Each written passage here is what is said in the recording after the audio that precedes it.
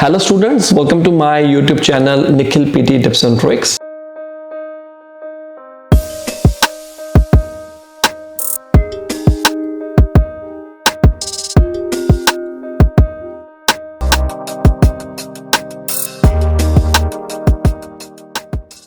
This video will be in Hindi language and topic is PT reading, filling the blanks, reading and writing.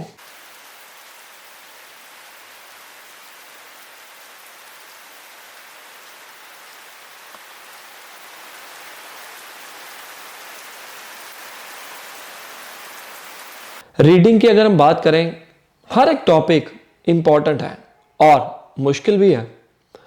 अगर बात करें reorder paragraphs की, solve भी नहीं हो रहे, फिलिंग द ब्लैंक्स जो हैं उसको टाइम ज़्यादा लग रहा है। अगर टाइम ज़्यादा लगा भी देते हैं, कई बार वो भी सही नहीं होते। कई बार हमने ऐसी सिचुएशन भी देखी हुई है कि हम आज पूरा दिन रीडिंग कर रहे हैं या पूरी मेहनत लगा रहे हैं, पिछले 3-4 दिनों से रीडिंग कर रहे हैं, एंड में जाकर अगर हम दोबारा अपने आप को चेक करते हैं, सिचुएशन वही की वही आ जाती है कि हमारे क्वेश्चन सही नहीं होने शुरू हो जाते हैं, गलत होना शुरू हो जाते हैं। क्या आपके केस में भी ऐसा है? तो ये वीडियो आपके लिए है।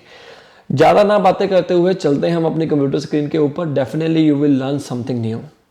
और इसके अंदर मैं बताने वाला हूँ कि आप कैसे अपनी रीडिंग को इम्प्रूव करोगे। जब आपको, कई बार देखा गया है कि ग्रामर रूल्स हमारे को पता है, कई बच्चों को तो ग्रामर रूल भी नहीं पता, लेकिन अकॉर्डिंग टू सिचुएशन कई बार होता है कि ग्रामर रूल भी काम नहीं करते। तब हमने अपना आंसर कैसे ढूंढना है।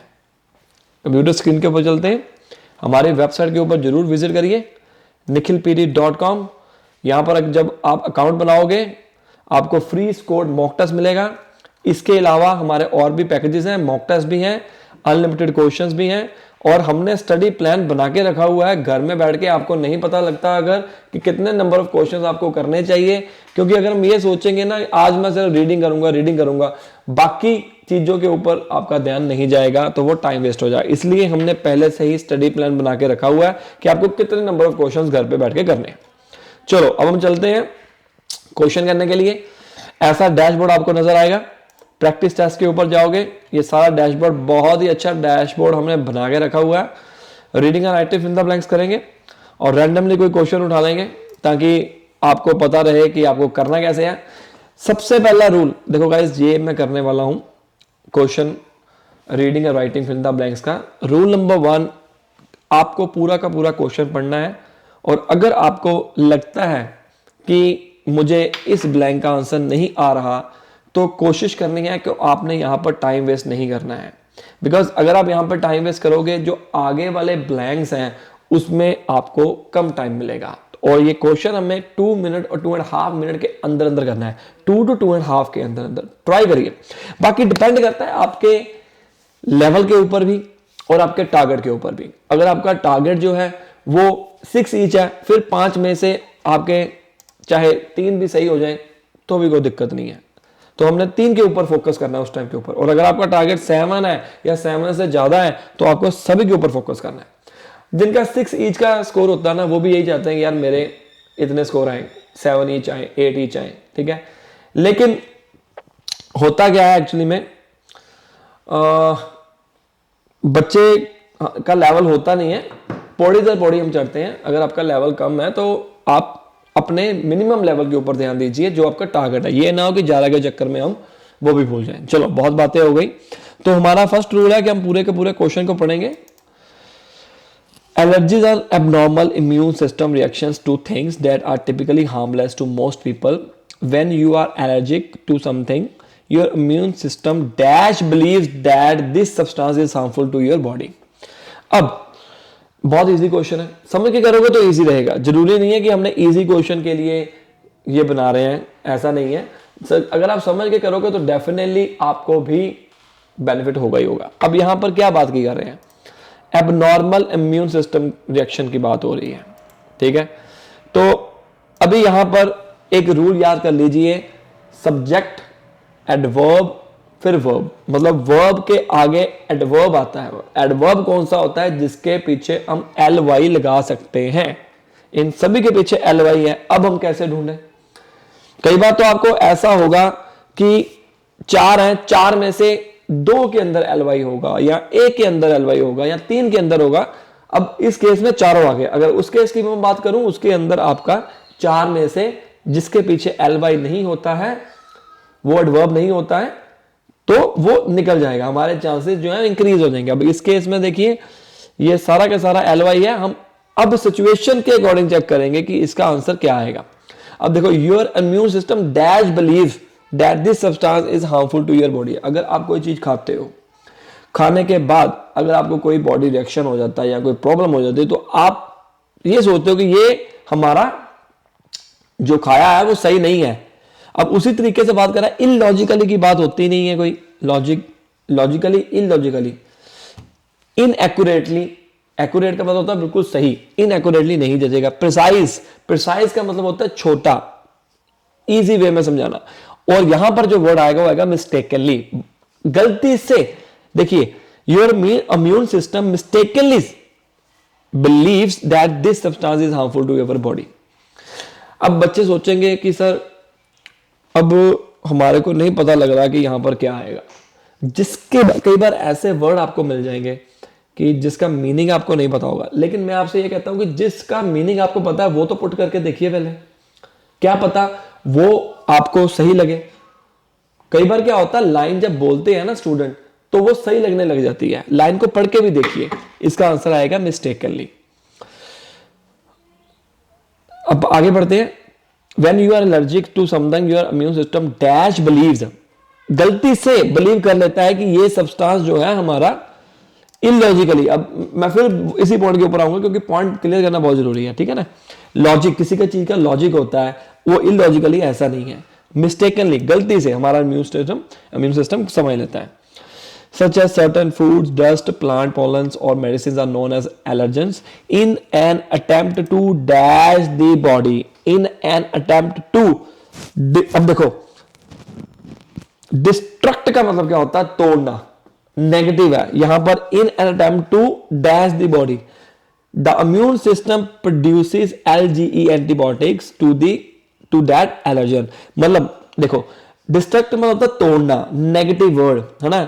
हमें नेगेटिव वर्ड यहां पर डिस्ट्रक्ट तो नहीं आएगा। प्रिवेंट और प्रोटेक्ट, प्रोटेक्ट का मतलब क्या होता है, प्रिवेंट का मतलब होता है कि दोनों सेम से हैं। प्रिजर्व का मतलब होता है जज करना, थोड़ा सा चेक करना।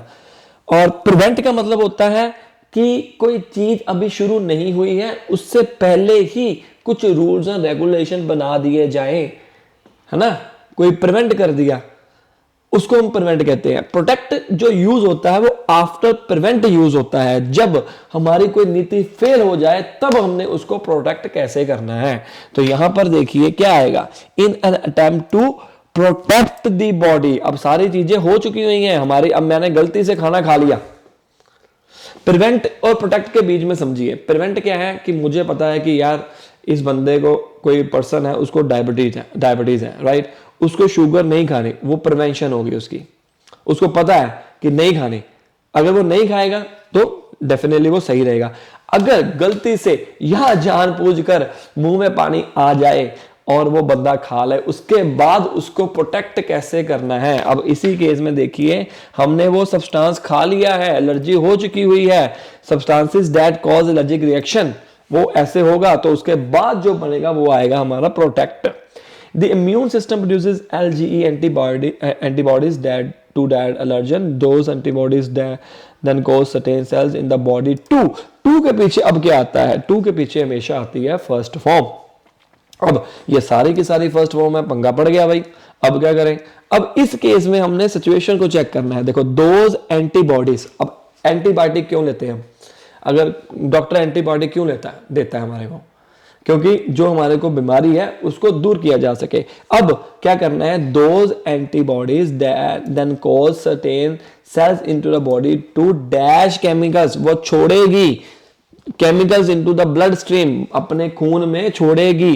क्या छोड़ने को क्या कहेंगे, सीधा सा रिलीज। अब एक्सपेल का मतलब नहीं पता, एब्जॉर्ब का मुझे पता है। एब्जॉर्ब मतलब अपने आप में समा जाना। इनजेस्ट, इन का मतलब क्या होता है, अब इनजेस्ट का मतलब नहीं पता हमारे को, ठीक है ना। इन का मतलब क्या होता है, अंदर, ये भी नहीं आएगा। एक्सपेल, का मुझे नहीं पता, रिलीज का मुझे पता है, छोड़ना, तो रिलीज वर्ड यहां पर बहुत जच रहा है और रिलीज वर्ड ही आएगा क्योंकि छोड़ने की बात की गई है केमिकल को। ओके, पर्सन्स आई, नोज, थ्रोट, लंग, स्किन और gastrointestinal tract and causes the symptoms of allergic reaction. Future exposure to that same allergen will trigger this क्या आएगा, dash response again. This means that every time you come into contact with allergen you will have an allergic reaction. वो बता रहा है कि भाई कि अगर तो एलर्जिक रिएक्शन, ऊपर हमने किसकी बात हो रही है, एंटीबॉडीज की बात हो रही है, और यहाँ पर क्या है, हमारा एंटीबॉडी वर्ड बीच में है। दिस इज सब्सटेंस रिस्पॉन्स नहीं करेगा। देखो बहुत बड़े चांसेस होते हैं जब कोई वर्ड ऑप्शन में भी हो और वो क्वेश्चन में भी हो। अब देखो इस केस में देखते हैं, अब चारों के चारे मुझे लगता है ऑप्शन जो है वो इसके अंदर है, लेकिन बात किसकी हो रही है, देखो substance response again, substance response नहीं करेगा। एंटीबायोटिक जो है, एंटीबॉडी जो है वो रिस्पॉन्स करती है कि अगर हमने कोई दवाई खाई, एंटीबायोटिक, मैं इससे रिलेट कर रहा हूं एक्चुअली में, क्योंकि अगर हमने क्वेश्चन को सॉल्व करना है ना तो हमारे को कोई ना कोई तो जरिया ढूंढना पड़ेगा, नहीं तो हम नहीं कर सकते हैं सॉल्व। आंसर आएगा एंटीबॉडी। इसने गलत दिखा दिया, वैसे आंसर इसका एंटीबॉडी है, कई बार प्रॉब्लम आ जाती है उसमें, आंसर इसका एंटीबॉडी है। देखो अंदर हमने भी एंटीबॉडी लगाया है, ठीक है। चलो नेक्स्ट करते हैं। गुड, तो अभी हमने देखो कितने आ गए हैं, 4 ब्लैंक्स आ गए हैं। Remember when universities were bursting at the seams with students sitting in the aisles balancing books on their knees, no more it seems e learning. अब बात किसकी हो रही है, e learning is as likely to stand for empty lecture theaters as for the internet। Internet की क्या हो गई, इंटरनेट रीजनरेशन, इंटरनेट को रीजनरेट किया नहीं, ट्रांसफॉर्मेशन किसी चीज को तैयार करना नहीं, वेरिएशन मतलब चेंज होना नहीं, internet revolution, yes internet revolution जो उसका चल रहा है जमाना आजकल, विच हैज ग्रेटली इंक्रीज्ड दी। अगर इंटरनेट रेवोल्यूशन आ गया तो increased the dash and range of course. अब देखो यहां पर बात हो रही है किसकी, रेंज का मतलब होता है ज्यादा, ठीक है। अब यहां पर कैपेसिटी का मतलब होता है कि बहुत बड़ा कैपेसिटी, मेरे अंदर मैं 10 परोठे खाने की कैपेसिटी है, ठीक है। और अवेलेबिलिटी का मतलब होता है कोई चीज अवेलेबल है, वो नहीं आएगा। अब देखो जब एंड आ जाता है ना, एंड के पीछे जो वर्ड है वो आपको बहुत बड़ा एक तरह का हिंट देता है कि आगे क्या आएगा। उसी तरह अगर यहां पर देखें, यहां पर हो लिखा और पीछे इसके एंड के ब्लैंक हो तो बहुत बड़ा हिंट है। रेंज क्या है, नंबर ऑफ, बड़ी चीज के बारे में बता रही है। Volume and range of course, number and range of course नहीं आएगा, increase the number and range of course, ठीक है। Volume and range of course material available online in the past 5 years। पढ़ना आपने सारा क्वेश्चन ही है। The temptation now is to simply think everything will be online, so I don't need to go to class. Okay.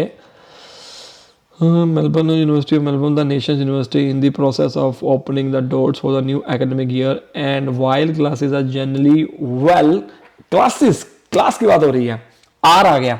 देखो मैंने आपको पीछे एक बताया था, सब्जेक्ट एडवर्ब फिर वर्ब, एडवर्ब क्या आ गया यहाँ पर, जनरली आ गया, ठीक है। अब यहां पर हमारे को क्या चाहिए, वर्ब चाहिए। वर्ब तो सारी हैं, सीट भी है, रेंज भी है, प्रेजेंट भी है, अटेंड भी है, इनके पीछे ईडी लगा दिया। अब देखो आर आ गया, आर के पीछे क्या आता है, हमेशा थर्ड फॉर्म आती है या आईएनजी वाला आता है। एक रूल तो आपको ये पता होना चाहिए, ठीक है। अब इस केस में देखो भाई फिर वही सिचुएशन आ गई। अब इस केस में अगर ईडी वाला जो वर्ड ना होता या आईएनजी वर्ड वाला ना होता तो वो तो आना ही था, लेकिन अब रियल एग्जाम में भी ऐसा ही होता है कि तीनों सारों के सारे सेम आ जाते हैं और पंगा बढ़ जाता है कि हमने करना कैसे है, ठीक है। तो यहाँ पर क्लासेस की बात हो रही है। क्लासेस क्या करते हैं, हम अटेंड करते हैं, attended for the early weeks, it often does not last, there is a concern at the university level about student क्या, स्टूडेंट अगर क्लास अटेंड करेगा, student representation dropping and why student not coming to lecture. अब lecture की बात हो रही है, जब लेक्चर नहीं लगाएंगे तो क्या होगा, हम इसका जो रिलेशन है वो किससे साथ बना सकते हैं, क्या होता है जब हम अटेंडेंस ना हमारी पूरी होगी तभी तो लेक्चर नहीं लगेंगे, तभी तो शॉर्टेज होगी। अगर रिप्रेजेंटेशन करोगे, पार्टिसिपेशन करोगे, मोटिवेशन तो आएगा नहीं आएगा। तो पार्टिसिपेशन का मतलब क्या होता है कि आप वहां पर जा रहे हो, पार्टिसिपेट तभी करोगे ना तो अटेंडेंस आएगा। तो देखो ये बहुत इजी क्वेश्चन था। एक्चुअली में आपको ये सारी चीजें इजी लग रही होंगी, आप सोचोगे कि यार सर आप तो फटाफट करा के निकल गए, पंगा हमारे को पड़ जाता है। एक्चुअली में ये चीजें इजी हैं अगर आपको समझ आ जाए अच्छे तरीके के साथ। यकीन मानो बहुत सारे ऐसे स्टूडेंट्स हैं, वीक स्टूडेंट्स हैं हमारे, जो अच्छा स्कोर हासिल कर रहे हैं कम समय में। आप भी कर सकते हो, ठीक है। नेक्स्ट क्वेश्चन करते हैं। अभी आप करोगे क्वेश्चन, मैं आपको ऑप्शन खोल के देता हूं। Fingerprints can dash that. अब देखो यहां पर मैं एक्सप्लेन कर देता हूं यार, टाइम क्यों वेस्ट करना, मैं एक्सप्लेन कर देता हूं। Fingerprints can dash that is suspect. अब हम क्या करते हैं ज्यादा स्टूडेंट, बस यहां पर पढ़ा फिंगरप्रिंट्स कैन डैश और अपना आंसर यहां पर लगा दिया। Fingerprints can present, fingerprints can illustrate, ये मैंने सुना हुआ वर्ड लगा दिया। तुक्के नहीं लगाने, सच चेक करो, आगे पीछे सिचुएशन चेक करो, क्योंकि आज की वीडियो का जो मेन मुद्दा है वो यही तो है कि अगर हमारे को ब्लैंक्स नहीं, ग्रामर रूल्स नहीं आते या हमारे को नहीं पता लगता उसको कैसे सॉल्व करना है, ठीक है जी। तो fingerprints can dash that is suspect was actually at the scene of crime. अब हमारा माइंड जो है वो किधर की तरफ चला गया। अब इसको रियल सिचुएशन से जोड़ने की कोशिश करो, रियल सिचुएशन से, कि अब एग्जैक्टली में क्या होगा। सस्पेक्ट की बात हो रही है, अब क्या करोगे, फिंगरप्रिंट्स कैन प्रेजेंट, वहां पर होंगे, प्रेजेंट का मतलब क्या होता है होना, इलस्ट्रेट मतलब होता है एग्जांपल, शो मतलब दिखना। Fingerprints can dash A suspect, अगर कोई मुजरिम जाता है, कहने से थोड़ा कह दूंगा कि भाई मुजरिम है, हमें प्रूव करना पड़ेगा, ये आएगा प्रूव। अब देखो सिचुएशन, सिचुएशन, अब मैंने एक एग्जांपल दे दिया, जैसे my friend is going to Australia and I want to say good dash. Option आ गए बाय और नाइट। देखो दोनों जचते हैं, गुड बाय भी जचता है, गुड नाइट भी जचता है, लेकिन सिचुएशन क्या है, सिचुएशन है जा रहा है भाई वो अब ऑस्ट्रेलिया में जाके मजे करेगा, पैसा कमाएगा। जैसे आप आना चाहते हो, पीआर लेगा, सपना पूरा करना है ना अगर आपने अपने ऑस्ट्रेलिया आने का या किसी भी कंट्री में जाने का, तो वीडियो पूरी देखा करो, सब्सक्राइब कर लो चैनल को, हिंदी इंग्लिश पंजाबी में वीडियोस मिलेंगी। तो सिचुएशन गुड नाइट की थोड़ा है, सिचुएशन क्या है बाय बाय करने की, ठीक है। आपके जैसे घर वाले करेंगे bye bye and best of luck from my side as well. Okay now move, proof आएगा, ठीक है। As long as a human enter a crime scene, there will be traces of DNA. DNA can help the police to dash an individual to crack a case. To identify, to के बाद क्या आता है, first form of verb आती है। अब तो भाई सारे फर्स्ट फॉर्म ऑफ वर्ब है। Identify, to identify, know, to know जानना, एन इंडिविजुअल टू। अब इस सिचुएशन के अकॉर्डिंग हमें ढूंढना है, फाइंड आउट करना है, हमें सारी चीजें देखकर परखना है, तब हमारा आंसर आएगा identify. An institution in London can help dash DNA, help, help protect DNA, क्या आएगा, install, preserve and save. An institution in London can help, उसको जानने की कोशिश कर रहा है। जब हम किसी को भेजते हैं कि भाई ब्लड इसका चेक करो, तो क्या करते हैं, प्रोटेक्ट थोड़ा करते हैं, इंस्टॉल थोड़ा करते हैं, ये कोई कंप्यूटर थोड़ा भाई। प्रिजर्व जानना, उसको अच्छे तरीके से प्रिजर्व करना, सेव ना, सेव डीएनए भी नहीं आएगा, आंसर आएगा प्रिजर्व। सिचुएशन के अकॉर्डिंग चेक करो कि एक्चुअली में सिचुएशन हो क्या रही है, तब आपको पता चलेगा कि हमने कैसे आंसर ढूंढना है। And be use to match with the dash taken from the crime scene, इसका आंसर जो है वो आप नीचे कमेंट करोगे। लास्ट वाले ब्लैंक का आंसर क्या आएगा, DNA be use to match with the dash. अब देखो जब आप कोई चीज, खून निकाला, ब्लड निकाला, टेस्ट किया, टेस्ट करने के लिए हम क्या भेजते हैं, डॉक्टर क्या भेजता है, स्पेसिमेन भेजता है, डेटा भेजता है, रिजल्ट्स भेजता है या सैंपल्स भेजता है। बहुत इजी है, अगर ये कर लिया, इतना समझा दिया, अगर इसका आंसर आपको पता लग गया तो मतलब मेरा जो लेक्चर है वो आपको समझ आ गया। तो गाइस ये छोटी सी इंफॉर्मेशन आपके बहुत काम आएगी। बाकी डिपेंड करता है आपके लेवल के ऊपर, हर कोई अच्छा स्कोर हासिल कर सकता है, लेकिन राइट गाइडेंस चाहिए। अगर राइट गाइडेंस नहीं है, नंबर नहीं आएंगे। सो बेटर ऑप्शन क्या है कि आप राइट गाइडेंस हमारे से ले सकते हैं।